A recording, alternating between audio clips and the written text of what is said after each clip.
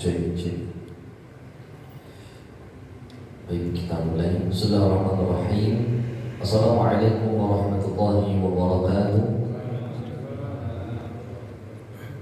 Alhamdulillah wassalatu wassalamu ala rasulillah sayyidina Muhammad ibn Abdullah tibbil qulubi wal dawahiha wa ala alihi wa ashabihi wa man istana bi sunnatihi ila yaumil qiyamah. Asyhadu an la ilaha illallah wahdahu la syarika lah wa asyhadu anna Muhammadan abduhu wa rasuluhu la nabiyya wa la rasula ba'dah. Allahumma inna nas'aluka ilman nafi'a wa rizqan thayyiban wa 'amalan mutaqabbalan. Allahumma inna na'udzu bika min 'ilmin la yanfa'u, min qalbin la yakhsha, wa min nafsin la tashba', wa min du'a'in la yustajab lah. Allahumma inna nas'aluka ilman nafi'a wa rizqan thayyiban wa 'amalan mutaqabbalan. Sedaya jamaah Masjid Islam Mubarakah ingkang dirahmati dening Allah Subhanahu wa taala. Alhamdulillah kula panjenengan wonten dalu punika sedayanipun tasih dipun paringi Allah Subhanahu wa taala kesempatan sehingga kula panjenengan wonten dalu punika saged makempal lelenggahan sareng-sareng niat ingsun mendalami ilmu agamanya Allah Subhanahu wa taala. Sapunika kula panjenengan insyaallah ngawiti pengawasan kitab Safinatul Najah, kitab fikih Syafi'i ingkang paling dasar. Terus ada beberapa kitab fikih Syafi'i yang dipelajari di marhalah yang pertama atau pada tahap-tahap awal. Ada namanya Safinatul Najah, ada namanya Sittuna Masalah fis Shalah, dan ada beberapa kitab yang lainnya. Lalu selanjutnya ada kitab namanya Muqaddimah Hadramiyah. Selanjutnya belajar lagi naik kepada Matan Abu Syuja bersamaan dengan misalkan menghafal Nadham Alfiyah Zubair. Selanjutnya belajar lagi satu kitab namanya Yaqutun Nafis. Selanjutnya belajar lagi kitab yang paling akhir dalam mazhab Syafi'i, yaitu kitab namanya Minhajut Talibin. Nah, ini yang ada di depan panjenengan semua kitab paling dasar daripada fikih Imam Syafi'i. Nah, insyaallah hari ini kita akan mulai baca kitab Safinatul Najah. Nah, sebelum saya bacakan kitabnya, sedikit saya berikan biografi tentang siapa penulis kitab Safinatul Najah. Namanya Syekh Salim bin Sumail. Nah, beliau ini ulama dari Yaman, tapi meninggalnya di Indonesia ketika beliau di Batavia ketika itu. Nah, terus kemudian beliau ini selain ahli fikih, beliau juga ahli Quran. Nah, di antara kemudian sesuatu yang kemudian bisa kita kagumi dari beliau adalah beliau pernah ketika melaksanakan umroh atau ketika haji, dalam tawafnya beliau itu 7 kali tawaf itu bisa 1 kali khatam Quran. 7 kali tawaf mengelilingi Ka'bah bisa khatam Al-Quran. Panjenengan kita minta tawaf sambil khatamkan Quran, kita minta kiat Allah bukan? Nunggu gawang dia naik tarawih mawon naik imamnya rotok terus ini pun pulau balang khusus sampai. Dan beliau ini bisa mengkhatamkan Quran dalam 1 kali tawaf ketika beliau melaksanakan ibadah haji atau umroh. Bukan karena hal yang aneh-aneh, tapi karena sesederhana beliau hafal Al-Quran. Kalau hafal itu baca sekali duduk 5-10 jam itu selesai. Itu kalau hafal. Nah, beliau 1 kali tawaf 7 kali keliling Ka'bah bisa menyelesaikan Al-Quran. Jadi mu'alif kitab ini walaupun beliau seorang ahli fikih, beliau juga seorang ahli Quran. Dan kenapa kitab ini itu sering dipelajari di Indonesia, terutama di beberapa pondok pesantren tradisional? Jawabannya adalah karena beliau ini juga guru daripada seorang ulama yang sangat agung di Indonesia, namanya Syekh Nawawi Al-Bantani. Syekh Nawawi Al-Bantani, beliau punya murid namanya Syekh Mahfud Termasi. Syekh Mahfud Termasi itu punya murid namanya Kiai Haji Hashim Asy'ari. Nah, sehingga kenapa kok kitab ini kemudian sering beberapa kali kalau panjenengan temukan di beberapa pondok di Indonesia? Jawabannya karena ketersambungan sanad ilmu. Kita mulai baca kitabnya. Qala musannif rahimahullah wa nafa'ana bihi wa bi'ulumihi fid dharain. Bismillahi kelawan nyebut asmane Allah, Ar-Rahmani kang Maha Asih, Ar-Rahimi lan kang Maha Welas. Jadi beliau memulai tulisannya dengan membaca atau menulis Bismillahirrahmanirrahim. Kenapa beberapa kitab para ulama itu diawali dengan kalimat basmalah? Karena jawabannya adalah ada hadis Nabi SAW yang berbunyi bahwa kullu amrin ribalin la yubda'u fihi bil basmalah fahuwa aqta'.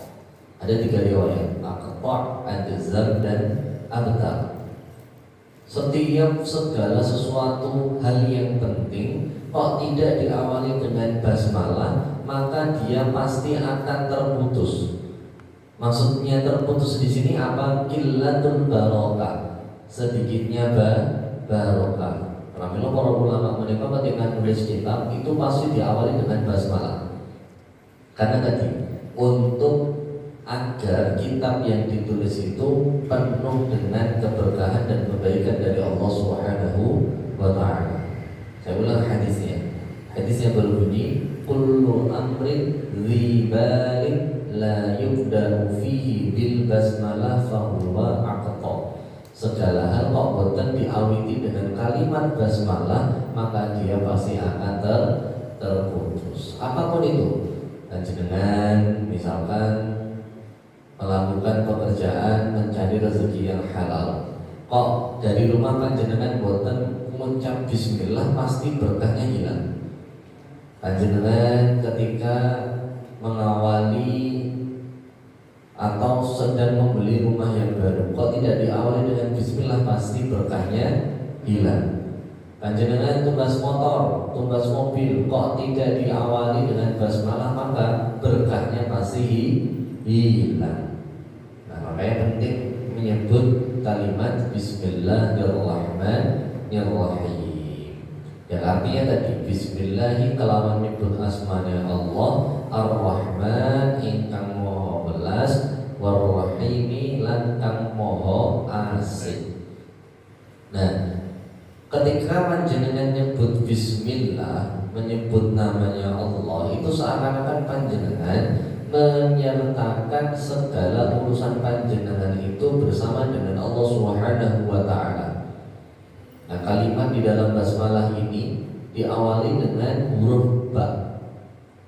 Huruf ba di sini itu para ulama setidaknya maknanya ada 2. Yang pertama adalah ba lil isti'anah, ba yang fungsinya untuk meminta tolong. Misalkan dalam bahasa Arab panjenengan ingin meminta tolong Mas Fikri, maka kalimatnya adalah Bismi Fikri, dengan menyebut namanya Fikri. Maka ba di sini fungsinya adalah panjenengan ingin minta tolong kepada Mas Fikri. Nah, ketika panjenengan matur Bismillah kelawan nyebut asmanya Allah, maka ba di sini makna yang pertama adalah panjenengan niat untuk minta pertolongan kepada Allah Subhanahu wa ta'ala. Jadi ketika panjenengan mengucap bismillah dalam awal perkara panjenengan, maknanya adalah ya Allah kula nyuwun tulung panjenengan bersamai. Ya Allah kula nyuwun tulung panjenengan bantu kula. Ya Allah kula nyuwun tulung. Ya Allah kula nyuwun tulung. Maka bisa disederhanakan dengan kalimat Bismillahirrahmanirrahim. Lalu selanjutnya makna yang kedua, Makna yang kedua adalah ba lil musahabah, ba yang fungsinya untuk meminta agar dibersamai. Kadang ada orang yang menolong kita tapi tidak membersamai kita. Kalau paling contoh, ada orang ngasih bantuan kepada panjenengan berupa uang karena panjenengan mau hutang kepada dia. Uangnya keluar, misalkan panjenengan minta uang 10 juta, hutang uang 10 juta, uangnya keluar, tapi dia tidak membersamai. Kenapa? Ya sudah, pokoknya tak kayak duitnya mengkok napaknya haram. Jadi dia menolong tapi tidak membersamai. Ada orang yang membersamai tapi tidak menolong. Contoh, punya utang 10 juta tadi, panjenengan punya tetangga, ketika panjenengan sambat kepada tetangga panjenengan, misalkan biasa ini kok sambil ngelus-ngelus pupu kata, anu Pak, pangapunten, sambil munduk-munduk kata kalau kok enten masalah, saya punya tanggungan 10 juta harus dibayarkan sekarang. Kinten-kinten nek menawi kula ngambil panjenengan parang napa mboten nggih. Nah, orang ini mengatakan, "Lah, Pak, kula mawon nggih sami mawon. Kula niku nggih gadah tanggungan dan harus segera dibayarkan." Lalu tetangga panjenengan mengatakan, "Nggih pun, monggo kula rencangi pados utangan." Nah, ini namanya dia membersamai tapi tidak menolong. Nah, di dalam kalimat bismillah itu fungsinya dua. Selain panjenengan minta untuk ditolong, juga minta untuk dibersamai. Ya Allah, kula nika butuh panjenengan bantu ya Allah. Tapi bukan hanya panjenengan bantu ya Allah, kula nyuwun tolong panjenengan rencangi kula dalam setiap kula menghadapi masalah ya Allah. Nah, ini namanya bismillah, dengan menyebut nama ya Allah Ar-Rahman Ar-Rahim, yang Maha Pengasih dan Maha Penyayang. Alhamdulillahi Rabbil Alamin. Alhamdu sekabehane puji lillahi marang Allah Rabbil Alamin, Rabb seluruh alam. Dan ketika panjenengan membaca kalimat alhamdulillah di sini, maka pertanyaan selanjutnya adalah kenapa setelah mu'alif itu menyebut kalimat basmalah, lalu selanjutnya kalimat hamdalah? Jawabannya adalah alhamdulillah atau syukur kepada Allah itu penting. Nah, mu'alif di sini bersyukur kepada Allah atas apa? Atas bantuan dari Allah Subhanahu wa taala, karena Allah telah membantu beliau dalam menyelesaikan penulisan kitab. Maka beliau mengucap alhamdulillahi rabbil alamin. Nah, itu kalau sudah banyak syukurnya, sudah banyak mengucap kalimat tahmidnya, hidupnya itu pasti isinya baik dan baik, asalkan banyak syukur. Di dalam Al-Quran surat An-Nisa itu Allah katakan, ma yaf'alullahu bi'adzabikum in syakartum wa amantum. Allah boten bakal paring panjenengan azab selama panjenengan itu mau syukur dan mau beriman kepada Allah Subhanahu wa ta'ala. Terus kita ini tidak akan mendapatkan bala dari Allah selama dua, satu iman dan dua bersyukur. Nah, kita tak kenal Allah Ta'ala panjenengan syukur nika gampil apa gampil? Gampil. Syukur nika gampil apa gampil? Mudah atau mudah? Harusnya mudah. Yang membuat susah itu sebenarnya bukan syukurnya, tapi ego kita. Kalau paling contoh mana? Misalkan nih, panjenengan diberi pilihan. Pilihannya adalah mendapatkan harta seluruh dunia dan seisinya, tapi syaratnya tunggal. Syaratnya tidak bisa kedap. Nah, panjenengan angsal mobil, panjenengan angsal arto, panjenengan angsal tanah berhektar-hektar, bakar Gusti Allah niku paling sangat setunggal, tidak boleh kedap. Kita panjenengan purun apa mboten? Dunia dan seisinya diberikan kepada panjenengan. Ini syaratnya namanya setunggal, tidak boleh kedap. Berarti tidak bisa menggerakkan kelopak mata. Panjenengan bayangke boten misalkan hari ini tidur, besok bangun pagi ini kok boten saged melek. Bangun tapi tidak bisa melek.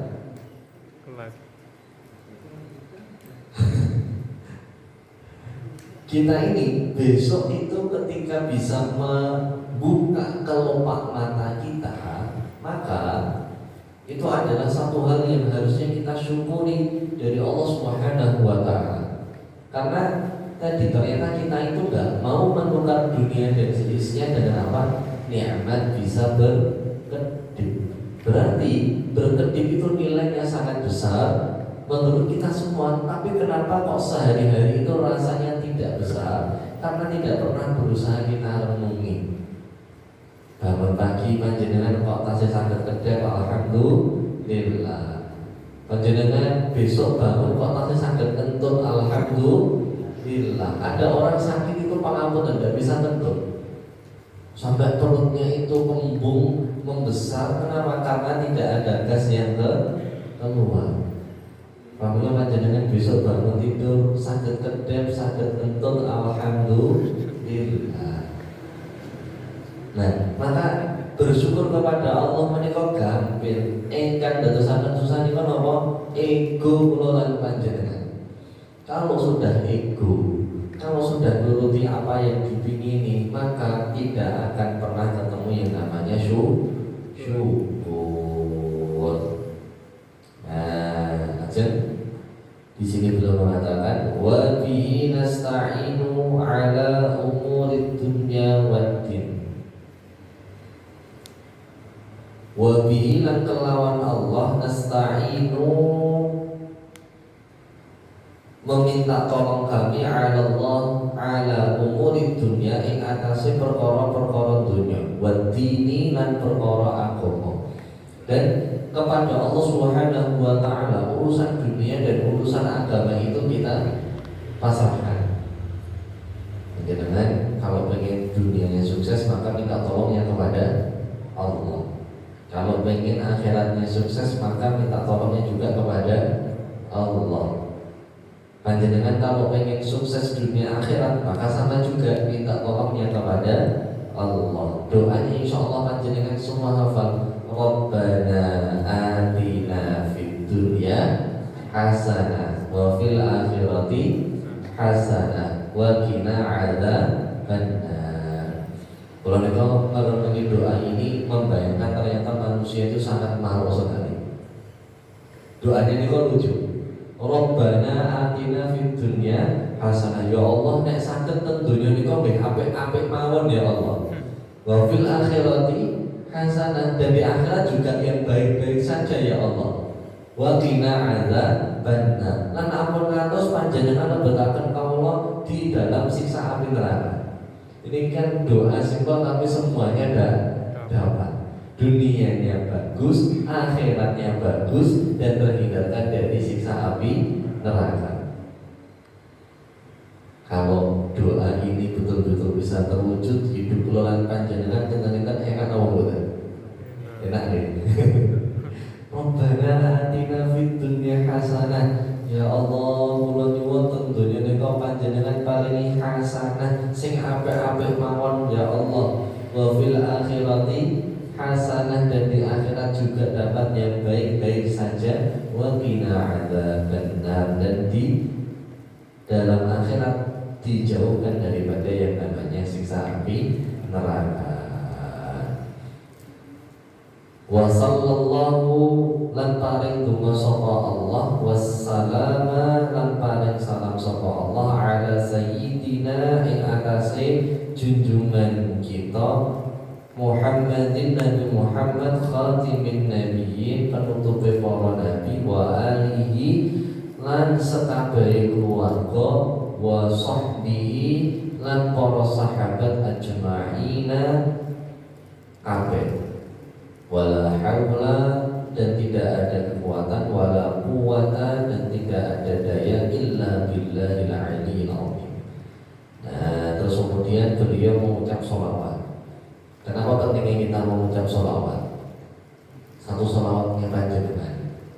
Man sholla, orang yang mengucapkan sholawat alayya wahidatan, satu kali sholawat kepada kanjeng Nabi sallallahu alaihi asyara, maka akan Allah balas dengan 10 kali sholawat. Panjenengan mengucap Allahumma sholli ala sayyidina Muhammad 1 kali, maka akan Allah balas dengan 10 kali sholawat kepada panjenengan semua. Dan amalan sholawat ini amalan yang luar biasa, karena beda dengan beberapa amalan yang lainnya. Panjenengan mau Quran maka wajib dengan keadaan suci. Tentang panjenengan mau Quran sedangkan tidak dalam keadaan suci. Nah, beda dengan sholawat. Sholawat itu bisa panjenengan baca walaupun dalam keadaan tidak suci, belum berwudu, atau kemudian panjenengan pangapunten masih dalam keadaan berhadas besar, maka panjenengan tetap boleh melakukan sholawat. Apalagi bisa panjenengan bersamakan dengan urusan pekerjaan panjenengan.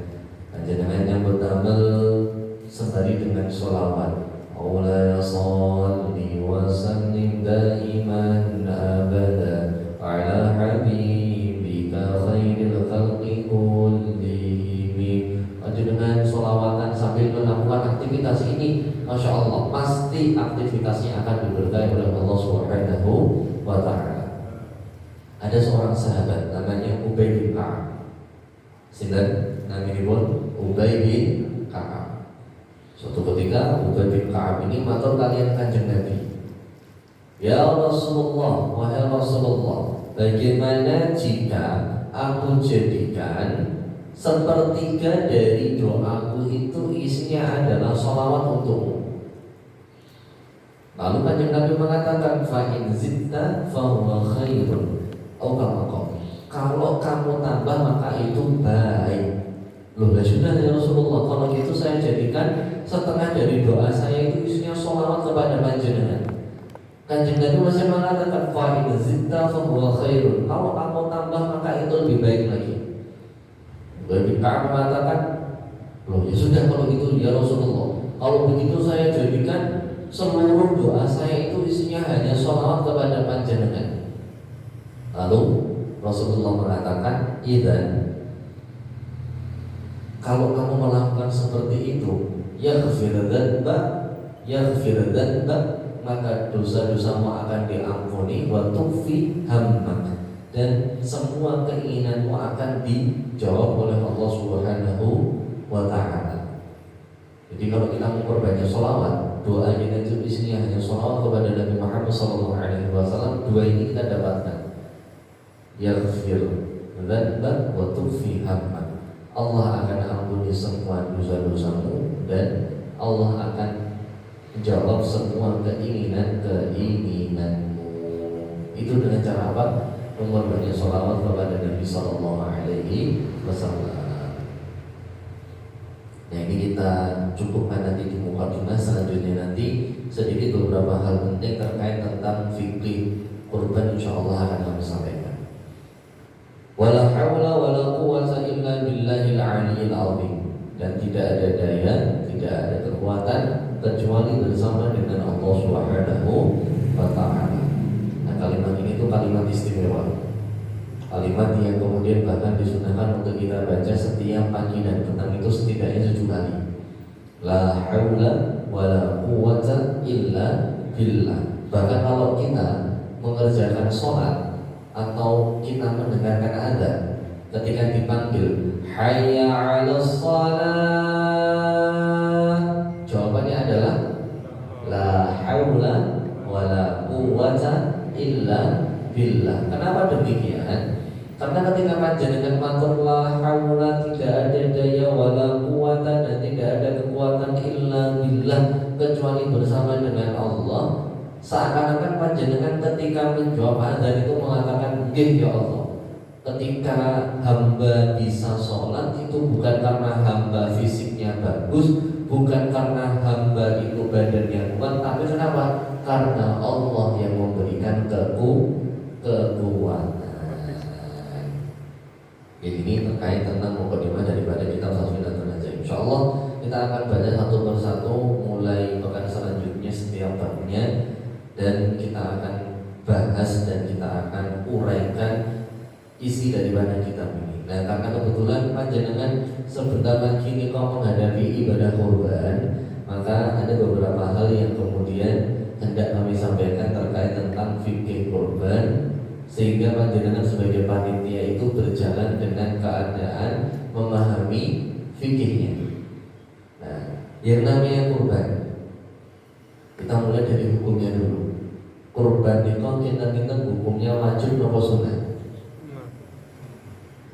Kita wajib atau sunnah? Wajib bagi yang mampu. Insyaallah. Menurut yang lain monggo. Engkang matur sunnah angkat tangan. Sunnah. Engkang matur wajib angkat tangan. Wajib bagi yang mampu. Engkang boten angkat tangan berarti pendapatnya apa nih? Yang namanya kurban itu kalau dalam mazhab Syafi'i, di garis bawahi, dalam mazhab Syafi'i itu hukumnya adalah sunnah muakkadah dalam mazhab Syafi'i. Dalam mazhab yang lain bahkan dihukumi sebagai wajib. Mazhabnya siapa? Mazhabnya Imam Abu Hanifah. Terus dalam mazhabnya Imam Abu Hanifah menikah kurban hukumnya wajib. Kalau tidak kurban sama dengan berdosa, sama kayak panjenengan tidak akan sholat, semampunya tetap harus melaksanakan sholat. Nah, kurban dalam mazhabnya Imam Abu Hanifah memang biasa. Pokoknya harus bisa bagaimana caranya ketika ketemu hari raya Idul Adha harus berkurban. Nah, kita lihat panjenengan pilih pundi, mazhabnya Imam Syafi'i atau mazhabnya Imam Abu Hanifah? Mazhabnya Imam Syafi'i. Nah, kenapa kok mazhabnya Imam Syafi'i mengatakan sunnah? Karena ada hadisnya, riwayat Imam Tirmidzi. Hadis yang berbunyi, umirtu bin nahri wa huwa sunnatun lakum. Saya itu diperintahkan untuk berkorban, dan korban itu hukumnya sunnah untuk kalian. Nah, kenapa hadis ini tidak bisa dipakai dalam mazhabnya Imam Abu Hanifah? Jawabannya adalah hadis ini tadi hadis ahad.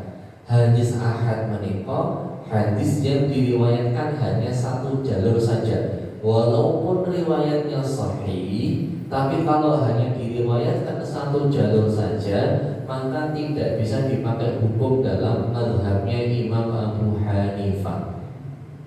Nah, kalau mazhabnya Imam Abu Hanifah terkait tentang pemilihan hadis menikah sangat ketat.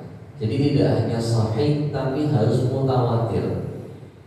Nah, hadis tadi bisa dipakai dalam mazhab Syafi'i karena Imam Syafi'i ketika menggunakan hukum fikih atau menggunakan hadis untuk menetapkan hukum fikih, beliau tidak harus riwayat banyak, yang penting sahih. Sahih menika napa? Dalam setiap jalur periwayatannya rawinya itu adil, dhabit, terus kemudian tidak ada syaratnya, tidak ada ilahnya dan sebagainya sebagainya. Contoh hadis yang riwayatnya hanya satu jalur tapi hukumnya sahih, hadis innamal a'malu binniyat. Ini hadisnya sahih tapi jalur periwayatannya hanya ada satu. Nah, tadi hadis yang dipakai dalam mazhab Syafi'i adalah umirtu bin nahri wa huwa sunnatun lakum.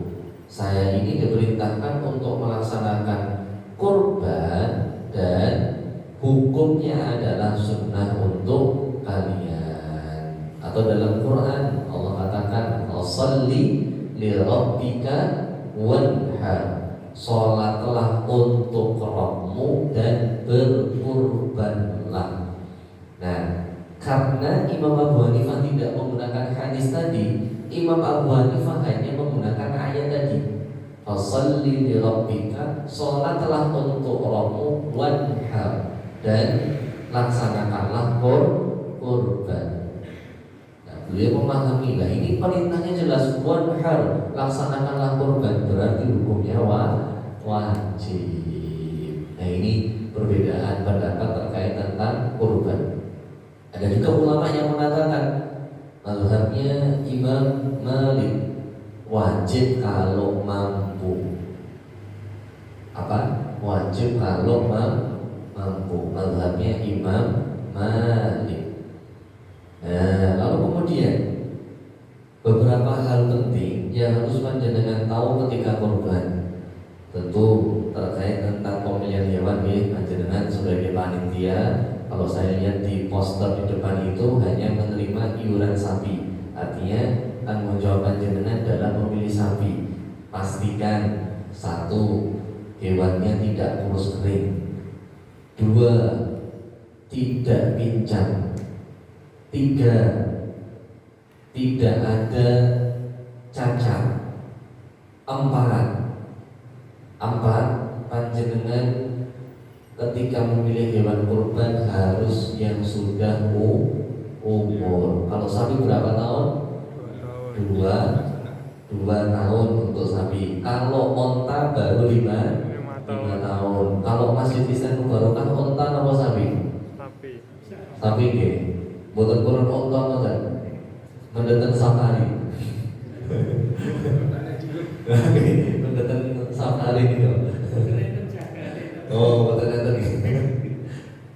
Nah, onta lima tahun. Kalau kambing 1 tahun. Domba 6 bulan. Nah, kan harus tahu ukuran umurnya.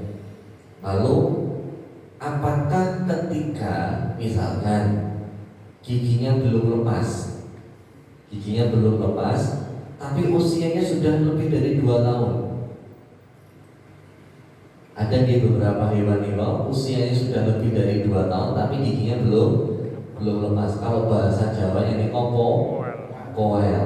Nah, kalau yang seperti ini bagaimana? Jadi sudah umur tapi belum koel. Jawabannya adalah yang penting itu umurnya.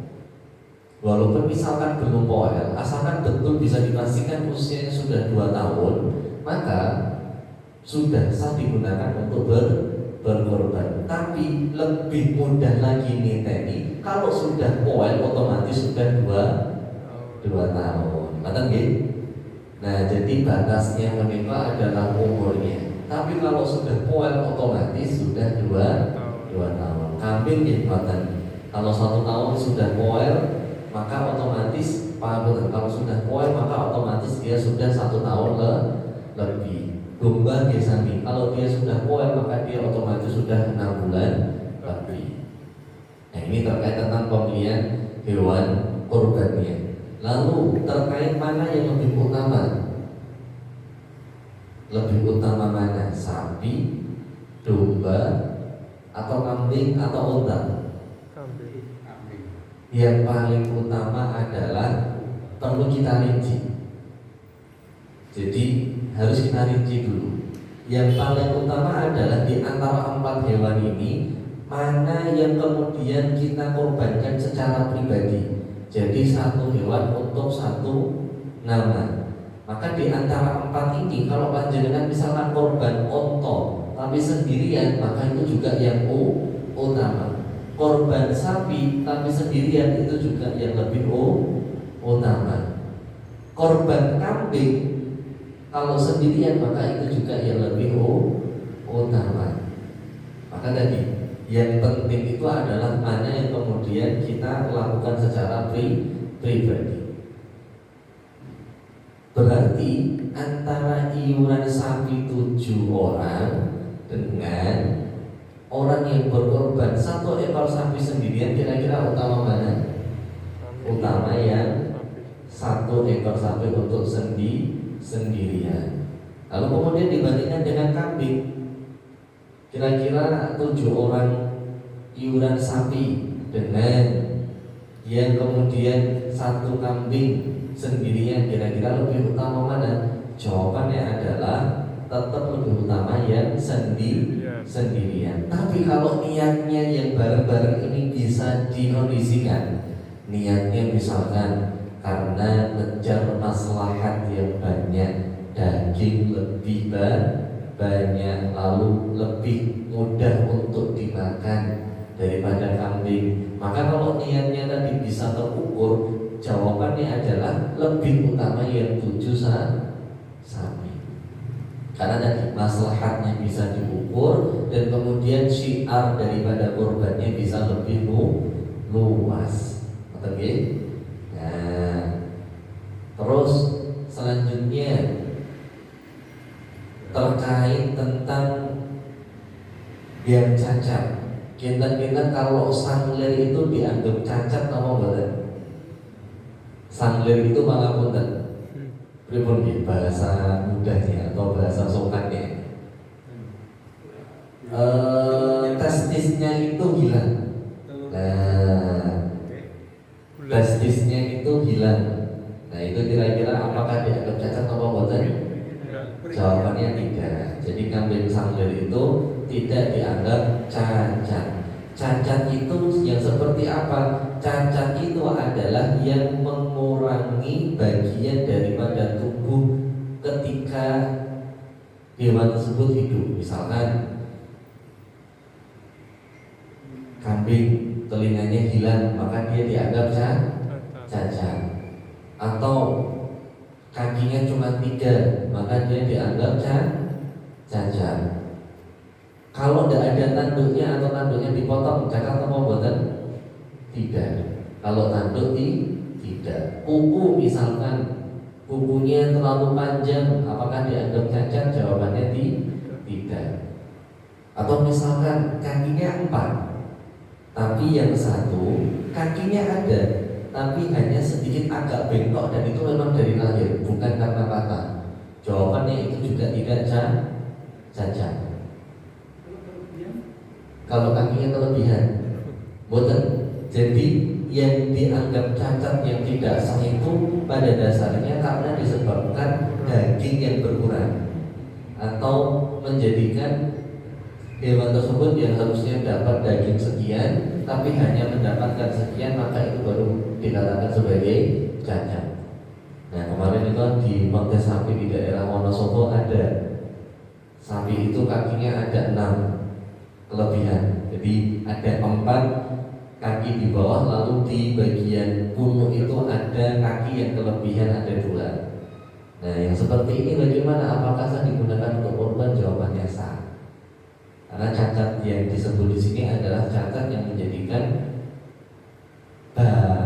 bagian tubuh daripada hewan tersebut itu hilang.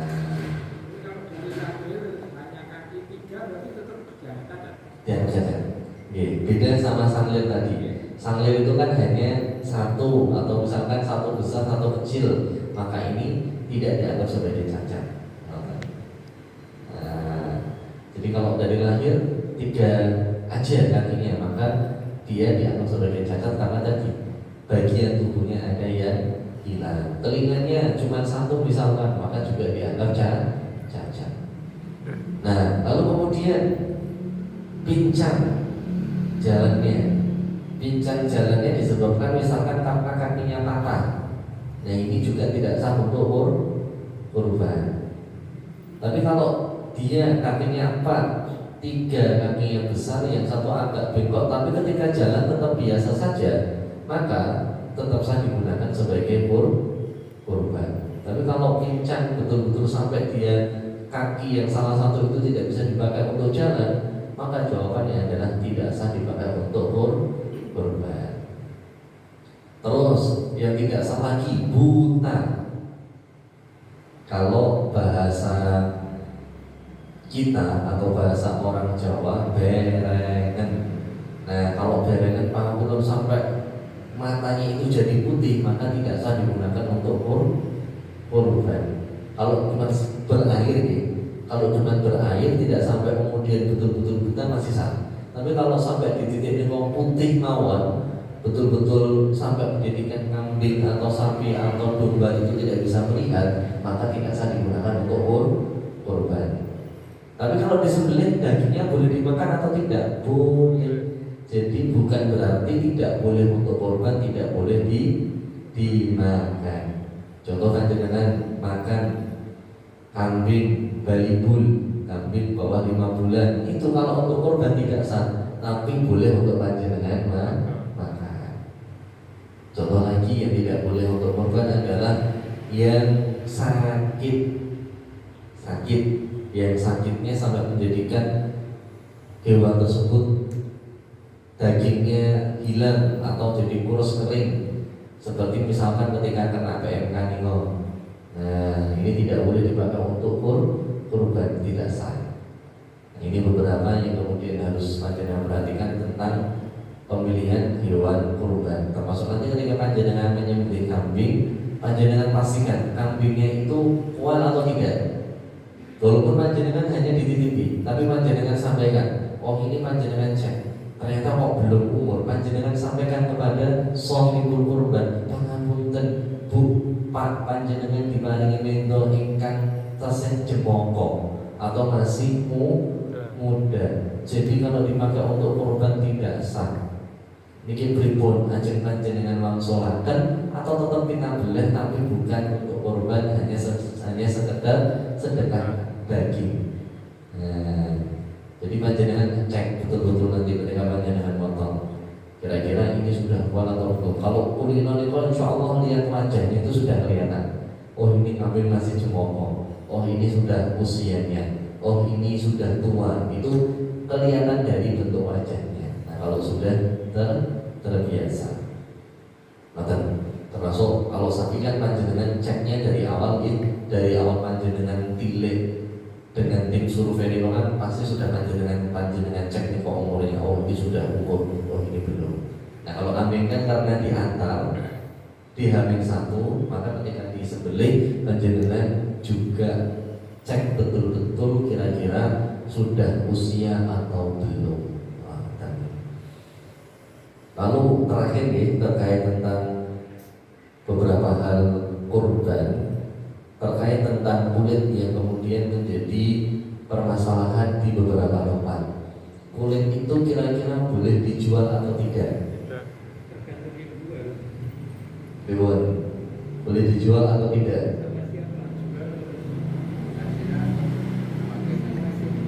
Oh, boleh. Tapi tergantung siapa yang menjual. Kalau yang lain, kalau dari panitia tidak, ini dalam pulau berikan jawaban dulu dalam mazhab Asy-Syafi'i. Dalam mazhab Asy-Syafi'i mengatakan tidak boleh menjual hewan kurban dalam bentuk apapun sebagai panitia atau sebagai shahibul kurban. Apalagi digunakan untuk membayar jagal, itu makanya tidak boleh lagi. Jadi misalkan panjenengan bayar jagal dengan apa? Dengan sudah kulitnya nanti kamu bawa, upahnya adalah itu, maka hukumnya tidak boleh dalam mazhab Syafi'i. Nah dalam mazhab yang lain, mazhabnya Abu Hanifah mengatakan boleh, tapi dengan catatan uangnya dikembalikan untuk kemaslahatan orang-orang yang berhak menerima daging. Jadi uangnya tidak diambil kembali oleh shahibul kurban atau dimasukkan sebagai kas masjid, tapi uangnya dikembalikan lagi kepada orang yang berhak untuk menerima. Oke? Nah, jadi apa namanya pun panitia boleh untuk menjual kulit, tapi uangnya bukan untuk kas atau bukan untuk operasional, tapi uangnya tetap harus dikembalikan kepada yang berhak untuk menerima. Nah, misalkan panjenengan bisa mengumpulkan, misalkan orang-orang yang tidak mampu di daerah sekitaran Masjid Istinanul Barokah, ada misalkan 5 orang. Nah, Masjid Istinanul Barokah ternyata menyembelih 3 ekor sapi atau 4 ekor sapi, maka biasanya satu kulit sapi dengan bobot 300 sampai 350 itu ketika terjual di harga 200 sampai 300 ribu biasanya. Nah kalau ada 4 berarti nanti akan ada uang berapa? Sekitar 1.200.000. Nah panjenengan kumpulkan misalkan ada 6 orang yang miskin, tinggal 1 juta orang, 1.200.000 tadi panjenengan bagi kepada 6 orang tadi 200, 200, 200, 200. Nah itu dalam mazhabnya Imam Abu Hanifah. Jadi boleh tapi tidak sebagai kas masjid atau kas panitia, tapi tetap dikembalikan kepada yang berhak untuk menerima. Lalu masalah selanjutnya, ini terakhir, betul-betul terakhir. Boleh tidak panitia memakan daging kurban, atau boleh tidak daging itu dimasak untuk makan-makan bersama dengan panitia?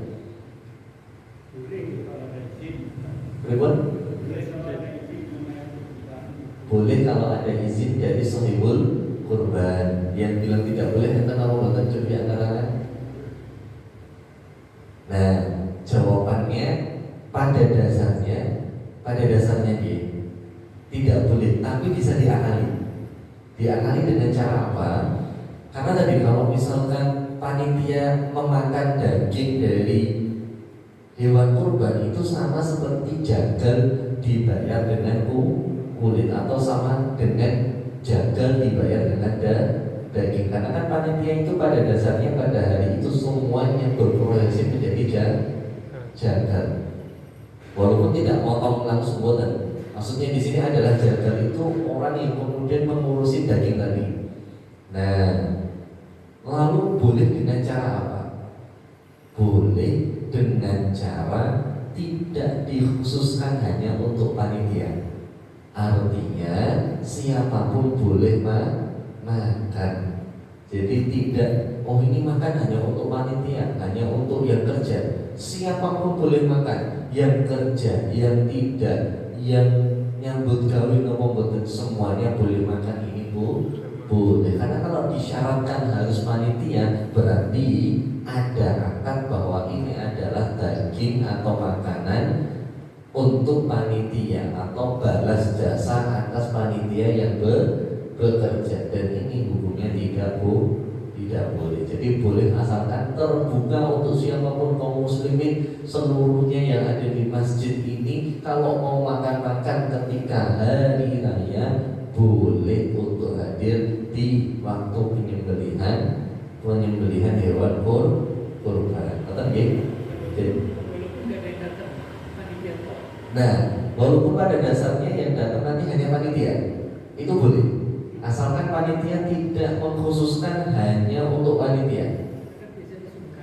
Nah, jadi intinya dari pihak panitia atau pihak sohibul kurban membebaskan siapapun yang pengen hadir untuk makan, silakan untuk makan. Tapi kalau kemudian dibatasi dari awal, ini yang tidak boleh. Nah, jadi dari awal disampaikan bahwa makanan ini tidak hanya untuk panitia, tapi diberlakukan untuk umum. Maka boleh. Nah, kalau hanya ikut makan-makan saja, monggo. Jadi sama-sama kemudian kalau kita pengen menjadikan makan-makan ini menjadi sesuatu yang sah, jangan dibatasi hanya panitia saja. Karena pada dasarnya tadi tidak boleh kemudian membayar jagal dengan bagian daripada hewan kurban, baik itu kulitnya, dagingnya, atau dalam bentuk masak pun juga tidak boleh. Nah, terus kemudian kalau ada yang jagal, kira-kira boleh tidak menerima daging kurban? Boleh, tapi jangan atas nama bayaran kurban, atau jangan atas nama sebagai bayaran dia menyembelih hewan kurban. Sudah, dia mendapatkan daging bukan karena sebagai bayaran, tapi hanya sebagai kaum muslimin. Karena dia kaum muslimin, maka dia berhak untuk mendapatkan daging kurban. Nah, nanti urusan bayaran tentang jagalnya di akad yang lain. Maka jangan nanti ketika panjenengan matur kepada jagal yang panjenengan, anu ya janggal, oh itu daging 5 kilo kalau tak bayar sak ini, nah itu tidak boleh. Jadi dagingnya itu dia atas nama kaum muslimin biasa berhak mendapatkan daging, bayarannya adalah uang tersendiri. Kalau capek, tulang masih belum selesai, jeruan belum selesai, itu yang mau ambil aja, itu gimana? Berarti nggak dibagi, suruh ngambil gitu. Oh, betul ya, karena sudah semuanya capek, masih ada sisa tulang yang belum dipotong misalnya, betul ya. Boleh diambil, tapi jangan atas nama sebagai upah. Jadi boleh diambil, tapi jangan atas nama sebagai upah. Akadnya adalah dia berhak menerima bukan karena upah, tapi karena dia adalah kaum muslimin. Jadi boleh diambil bukan karena upah atas lelahnya, tapi karena atas nama kaum muslimin sehingga dia berhak untuk mengambilnya. Tapi tetap masuk pembagian gitu ya. Tetap masuk pembagian. Ya, dia masuk kepada pembagian daging kurban tadi Mas ya. Jadi nama-nama ini pun terkait tentang kulit tadi seperti itu. Jadi panjenengan paham terkait tentang masak di hari raya, atau bisa jadi juga solusi yang lain, beli daging sendiri untuk khusus masak panitia. Misalkan masak pitik nopo sop nopo misalkan, nah itu juga bisa jadi solusi. Jadi daging full dibagikan kepada seluruh kaum muslimin yang ada di daerah Masjid Isnin Mubarokah. Jangan pada lewangan, kan ada jatah untuk bayar lewangan itu, jadi katakan itu boleh enggak? Jatah untuk bayaran lewangan. Oh, iya, itu sama kayak masak tadi. Jadi jatah untuk lewang itu sebenarnya tidak boleh. Kenapa? Karena tadi tidak boleh membayar jatah dengan bentuk, atau tidak boleh membayar jatah dengan mengambil bagian daripada hewan kurban. Nah, lalu terus bagaimana solusinya agar tetap yang lewang itu bisa kita muliakan? Nah, maka solusinya nanti bisa dalam bentuk orang yang lewang itu, selain dia dapat jatah atas nama kaum muslimin, dia dapat jatah. Kalau ada sisa, boleh nggak dia ambil? Boleh. Nah, tapi bukan karena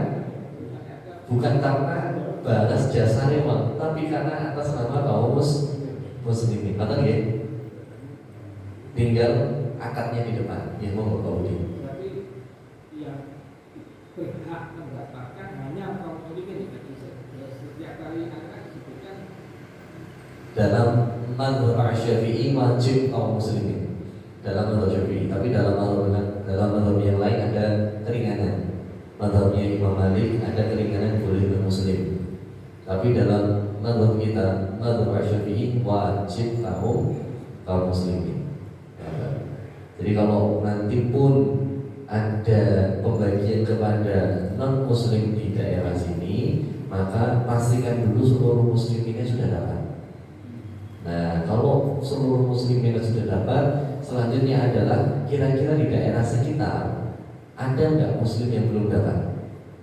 Kalau ternyata di daerah sini semua muslim sudah dapat, maka baru kita berikan kepada tetangga-tetangga kita yang non muslim memakai mazhabnya Imam Malik. Tapi kalau mazhab Syafi'i cukup ketat, memang wajib hanya untuk kaum muslimin. Kata begini, jelas ya? termasuk jeruan kita. Karena kalau di kita kan jeruan kan dianggap itu bagian dari korban. Sementara kalau kayak di Saudi kan jeruan kan dibuang kan, ditinggal.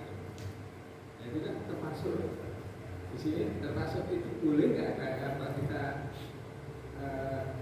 harus tadi yang berhak hanya muslimin atau juga boleh non muslim yang bagian dari jeruan tadi. ya, karena jeruan kan kalau di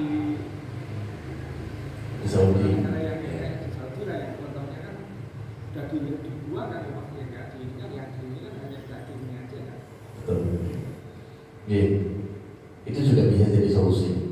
Artinya kalau musliminnya tetap dapat daging semuanya, terus nanti sisanya tulang dan jeroan misalkan untuk yang non muslim, itu juga bisa jadi solusi. Artinya gini, tetap kita menggunakan mazhab utama kita yaitu mazhab Syafi'i. Terus kemudian kalau kita pengen ternyata pada akhirnya seluruh muslim di sini sudah dapat, ketika kita memberikan kepada non muslim, tentu baiknya dalam hati kita sendiri pun juga mengatakan yang muslim itu tentu yang lebih kita utamakan. Nah itu juga bisa jadi solusi. Jadi yang non muslim yang kemudian kita berikan adalah makanan dan adalah bentuk jeroan dan tulang. Nah itu sadar juga jadi solusi yang bagus nih Pak Budi. Jadi insya Allah mudah-mudahan ini pun bisa jadi solusi untuk malah ini nanti mungkin saya bisa bicarakan di beberapa masjid yang kami juga bina. Ide yang bagus nih Pak. Tentang mana Pak Budi? Iya, monggo. Dengan dikorban kan dapat jatah, terus dulu ada jatahnya, terus ikut kebagi terus gimana? Oke, untuk sohibul kurban bagian daripada jatahnya itu sunnah. Artinya dia boleh mengambil dan boleh tidak mengambil. Dan hanya korban nazar saja. Misalkan panjenengan nazar, saya kalau misalkan besok jadi presiden, wah, misalkan ada salah satu jamaah Islam Mubarakah besok ada yang jadi presiden, maka saya akan korban 100 ekor sapi. Maka 100 ekor sapi itu sebagai nazarnya dia, semua harus dibagikan, tidak ada yang boleh dicicipi. Itu kalau korban nazar. Tapi kalau korban sunnah biasa, maka sohibul kurban juga sunnah mencicipi minimal 1 sendok. Minimal satu sendok. Nah kasusnya tadi, kalau ternyata bagian sohibul kurban ikut terbagi, maka tinggal daripada sohibul kurban sendiri itu ridho atau tidak. Kalau ridho, maka ya tadi sunnahnya minimal nyicipi 1 porsi saja atau 1 sendok. Kalau tidak ridho, maka sampaikan kepada pihak panitia. Kira-kira ada nggak jatah untuk sohibul kurbannya? Nah, karena tadi ada kesunahan untuk sohibul kurban untuk tetap mencicipi atau memasak daging kurban yang dia kurbankan. Biasanya nih mau sambil dan anti. Kenapa sambil dan anti? Karena sambil sambil depan kanan itu bagian kesukaannya Kanjeng Nabi. Nah, walaupun sebenarnya tidak ada pakem harus sambil depan. Itu tidak ada pakemnya. Artinya boleh panjenengan hanya minta antinya saja, atau hanya minta kukunya saja, atau sambilnya saja, atau telinganya saja bahkan itu boleh. Jadi tidak ada pakem tertentu. Tapi kenapa kemudian yang diambil adalah sambil depan? Karena tadi itu bagian kesukaannya Kanjeng Nabi Muhammad Sallallahu Alaihi Wasallam. Jadi tinggal di sohibul kurbannya kira-kira ridho atau tidak. Kalau ridho pahala besar untuknya, kalau tidak ridho silakan disampaikan kepada panitia agar nanti juga panitia bisa memberikan solusi yang terbaik. Jelas jawaban? Alhamdulillah. Mana balik? Monggo. Korban itu pesan dari panitia nanti secara 5 untuk saudara saya itu bagus. Atas nama untuk saudara gitu ya. Tidak korban itu. Nantinya Pak. Oke, misalkan pulau gadah sederet naminipun Naufal adik pulau. Nah, saya korban atas nama adik pulau, ngerti nggih? Terus Dia sudah korban. sohibul kurban minta jatah. Dibagikan. Oh boleh. Jadi minta berapa kresek untuk misalkan untuk dibagikan secara pribadi boleh. Jadi tidak ada nomor ini pun tidak ada larangan di sana. Artinya boleh sohibul kurban minta jatah, misalkan nanti tak tolong kalau disisakan 10 kresek ajeng kalau bagikan piyambak untuk saudara-saudara saya, boleh jawabannya. Tidak mengurangi jatahnya korban. Berikut? Tidak mengurangi jatah korban. Tidak. Jadi boleh dia minta, asalkan asalkan ini pun kalau dia minta jatah, maka jatahnya dia ya seukuran di apa yang kemudian dia korbankan. Misalkan kalau dia korban kambing 3 juta misalkan, bobot sekitar 35 sampai 40 kilo. Dagingnya nanti kan kirang langkung, daging dan tulang itu misalkan nanti di 20 kilo, ya sudah. Berarti kalau dia minta jatah, berhaknya dia hanya di 20 kilo ini tadi. Selebihnya dia tidak punya hak, tapi dia boleh meminta. Tidak punya hak, tapi boleh meminta. Kalau dikasih maka itu kebijakannya panitia, kalau tidak dikasih pun juga kebijakannya panitia. Tapi haknya sohibul kurban hanya sesuai dengan daging kurban yang dia korban. Kalau sapi misalkan 3 juta, bobot 300 kilo misalkan, ini umumnya mawar 3 juta, bobot 300 kilo. Dia itu kan adalah 1/7 bagian daripada orang lain. 300 kilo meningkok, tulang dan dagingnya itu kurang langkung 150 kilo. Maka bagian dia adalah 150 kilo dibagi 7. Ketemunya misalkan nanti di 20 sampai 25 kilo. Nah itu jatahnya dia. Nah selebihnya maka itu bukan jatahnya dia atau bukan haknya dia. Kalau dia minta lebih, maka kebijakannya dikembalikan kepada panitia. Nah ini kan tinggal dihitung ya kreseknya nih kok.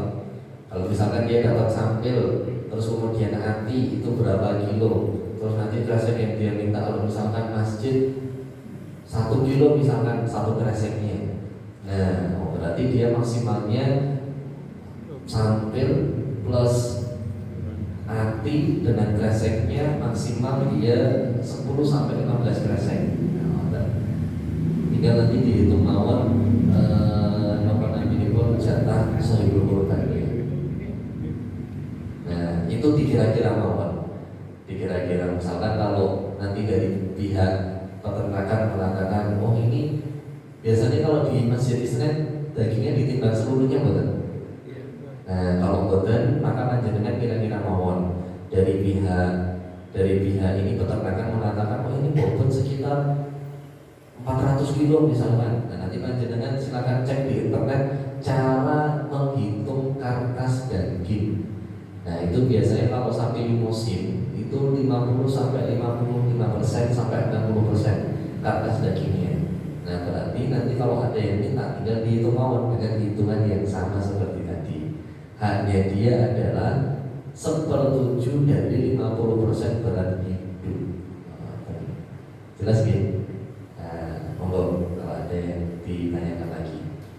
1/7 dari karkas daging. Betul. Berarti berat hidup.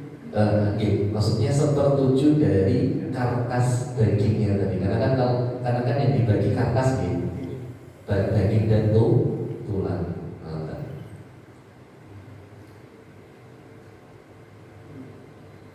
Monten malih monggo. Ya ini cerita aja tadi. Nggih. Ini ada satu masjid itu kulitnya itu dipotong-potong dibagikan. Jadi dikuplek, dirokok, terus dipotong-potong dibagi. Jadi semuanya dapat bagian itu. Tapi kebanyakan ini akhirnya dibuang karena nggak pada bisa memanfaatkan kulitnya itu. Ini gimana? Secara maslahat kan kurang, tapi secara menjalankan itu kan benar juga. Betul. Gimana? Kita pilih maslahatnya atau mau saklek seperti itu gitu bisa. Tadi kan kita ini juga memberikan solusi dari mazhabnya Imam Abu Hanifah, boleh dijual, tapi uangnya dikembalikan kepada mereka yang berhak untuk mendapatkan. Jadi tinggal dirembuk sarang-sarang mawon, dirembuk sarang-sarang, dan kemudian hadirkan ahli ilmu juga di sana. Jadi jangan nopo naminipun rembukan piyambak tanpa ada ahli ilmu di sana. Biasanya kalau rembukan piyambak tanpa ada kajian sebelumnya, nanti yang terjadi hanya wah, ini kajian di kono ini. Terus yang lain mengatakan orang, aku ini ngaji, kalau ustaz ini jawabannya ini itu. Yang lain lagi mengatakan orang, aku ngaji di kono jawabannya ini. Nah, saya di YouTube jawabannya seperti ini. Nah, itu kalau tidak menghadirkan ahli ilmu. Jadi pastikan sebelum panjenengan berdiskusi secara intens dengan panitia, panjenengan sudah menghadirkan ahli ilmu khusus untuk membahas ibadah kurban seperti ini. Panjenengan nanti selanjutnya rembukan kan sudah ada gambaran nih. Oh ini boleh, oh ini bisa diakali seperti ini, oh ini bisa dilakukan seperti ini. Tinggal nanti pelaksanaan yang kebijaksanaan panjenengan mana yang kemudian ingin dipilih. Contoh tadi terkait dengan kulit. Nah, terkait dengan kulit tadi, saya yakin kalau kasusnya seperti itu pasti beliaunya adalah orang yang saklek dan tidak terkomunikasikan dengan baik dengan warganya atau dengan kaum muslimin yang ada di sana. Karena tidak terkomunikasikan dengan baik, akhirnya kulitnya malah tidak termanfaatkan. Karena para penerima manfaat kurban tidak bisa mengelolanya. Maka kalau panjenengan mau seperti itu, tarik dulu dengan masyarakat di sini. Kira-kira kalau kulitnya dibagi semua, apakah pada bisa memanfaatkan? Kalau semua mengatakan atau musyawarah mengatakan, oh bisa dibagi saja, ya sudah, kulitnya dikelompok lalu dibagi. Kalau ternyata rembukan sarang-sarang panitia mengatakan wah ini kayaknya masyarakat kita belum bisa mengelola, ya sudah, monggo dijual tidak apa, tapi uangnya jangan masuk di kas, dikembalikan kembali kepada kaum muslimin. Oke, monggo. Kalau sama pencuri daging, Pencuri daging. Ini kok dicegah bertahun-tahun ya nggak bisa ya. Tapi kan kita juga nggak mau mereka berdosa. Istilahnya teman kita sendiri. Gitu. Gimana? Jadi kan diketak mau ini kok memang meresahkan di beberapa masjid di seluruh Indonesia nih kok. Termasuk di Masjid Columbia, Mbak. Akhirnya kalau di masjid kami itu kebijakannya adalah tidak ada masak untuk panitia dengan daging. Kenapa? Agar meminimalisir daging yang terbuang karena masak. Jadi masaknya itu masakan Jawa biasa, jangan gondeng, kalian goreng, tahu tempe, dan jadi tidak masak daging.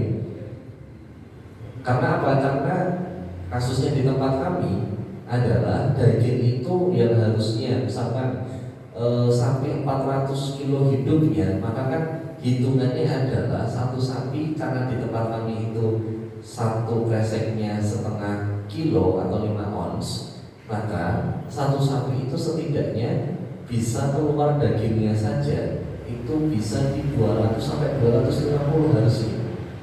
Tapi ternyata satu sapi hanya keluar 100 sekian. Nah, itu kan berarti ada impostor, ada yang mengambil daging secara zalim. Nah, maka dari kita untuk mengatasinya, coba masaknya ini kita tiadakan agar betul-betul kita bisa ngecek daging yang pada akhirnya tercuri itu berapa. Karena kan kalau misalkan ada masak juga, kita nggak bisa ngecek. Oh ini jangan-jangan ada yang ikut termasak dan juga ada yang ikut tercuri. Nah, padahal sebenarnya dari masjid juga sudah memberikan rambu-rambu yang dimasak hanya kepala saja. Itu pun masih kecemplung dengan daging-daging yang lain. Nah, makanya tidak ada masak. Nah, masaknya kapan? Masaknya dibuat tablik akbar. Jadi bagian kepala, kaki itu nanti disimpan, disendirikan, nanti diberikan kepada vendor orang yang masak, lalu dibuatkan tablik akbar, kita makan bareng-bareng. Jadi apa yang memang diniatkan untuk masak betul-betul distribusikan untuk kaum muslimin untuk makan bersama. Nah itu salah satu cara yang kemudian kami lakukan. Lalu selanjutnya ketika panjenengan melihat ada orang yang ini kecil-kecilan, ketok hanya 1 potong, 2 potong. Nah kalau yang seperti itu 100 orang kan banyak akhirnya. Nah yang seperti ini silakan sistem distribusi dagingnya itu betul-betul diperhatikan. Maka salah satu di antara solusinya adalah sebelum dipotong kecil-kecil ditimbang dulu. Jadi nanti dagingnya itu ditimbang terlebih dahulu. Ketemu misalkan 130, oh berarti kalau dikreseki ini nanti harusnya misalkan kalau 1 kilo 1 kresek ketemunya 130 kresek. Nah kalau misalkan ketemunya hanya 100 kresek berarti ada 30 yang hilang. Nah ini nanti bisa dicek, oh berarti hilangnya di mana? Hilangnya di bagian yang potong kecil-kecil misalkan. Nah jadi dibuatkan sistemnya dari pihak jagal berat hidupnya panjenengan juga tahu bisa ngitung, lalu berat dagingnya panjenengan juga bisa ketemu hitungannya.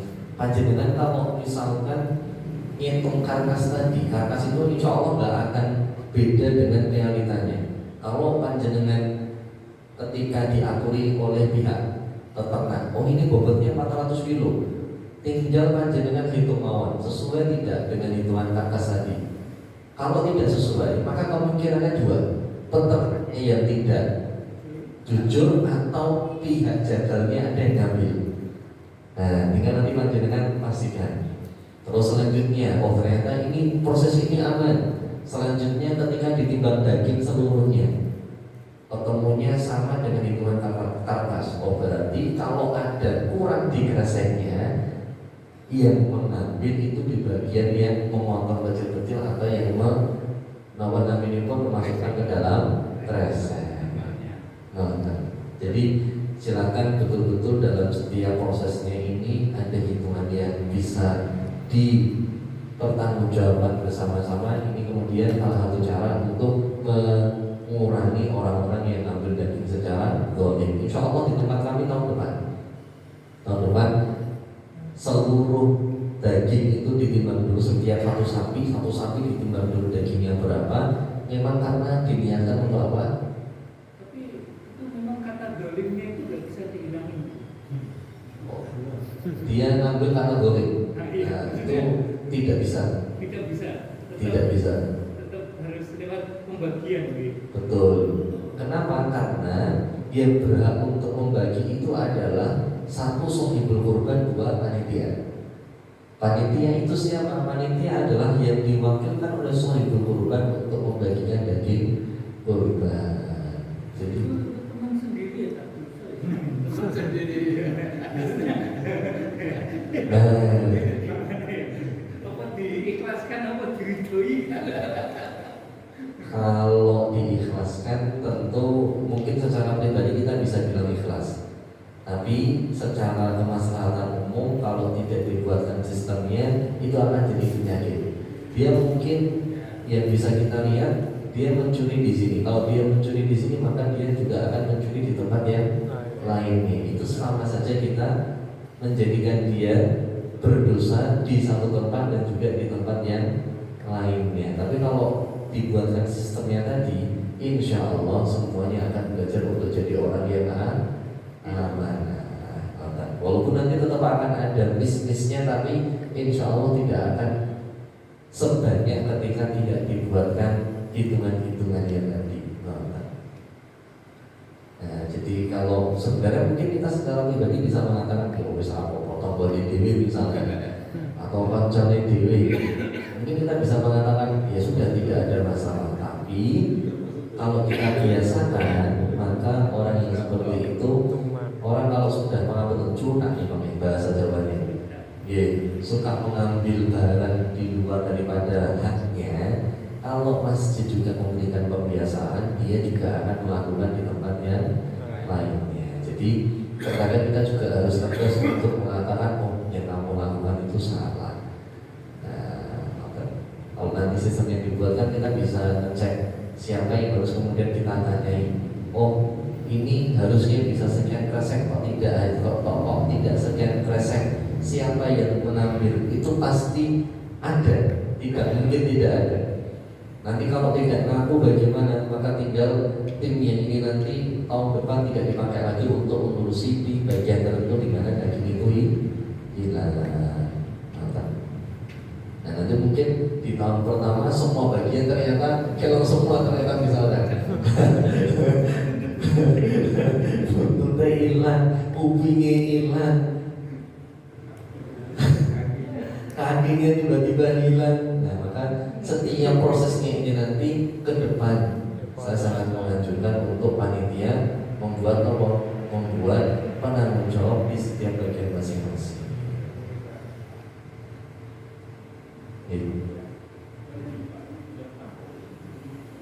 Maka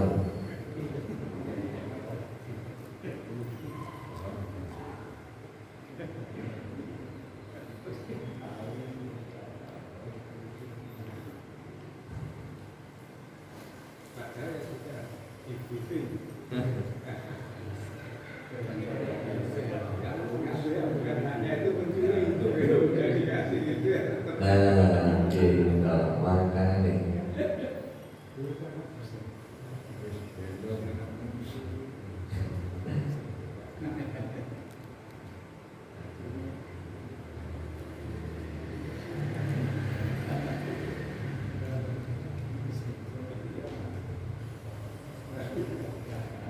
Sampun jelas nih. Nah, jadi mungkin tidak seluruhnya fikih kurban kita bahas. Saya sangat merekomendasikan kajian sebelum Idul Adha nanti mungkin masuk di bulan Dzulhijjah, monggo panjenengan buat kajian umum untuk kemudian mengenal kurban itu seperti apa. Jadi yang hadir tidak hanya panjenengan saja, tapi seluruh masyarakat yang ada di sini. Monggo ustadznya mau mengundang siapa, asalkan memang betul ilmunya amanah, panjenengan jawil beliau untuk betul-betul fokus membahas ibadah kurban. Agar apa? Agar hal-hal seperti tadi yang panjenengan resahkan itu tidak hanya panjenengan resahkan saja, tapi juga dirasakan oleh banyak orang, sehingga nanti orang akan punya kesadaran.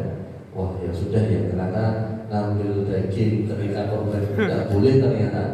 Nah akhirnya jadi kesadaran kolektif dan semua punya tanggung jawab masing-masing.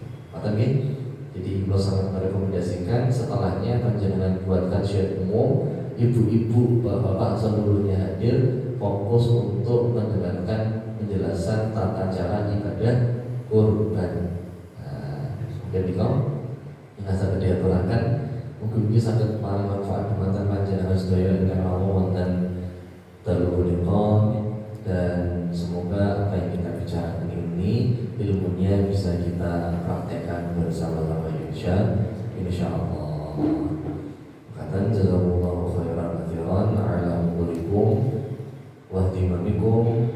Kita tutup dengan kafaratul majelis. Subhanallah wa bihamdihi, asyhadu an la ilaha illa anta, astaghfiruka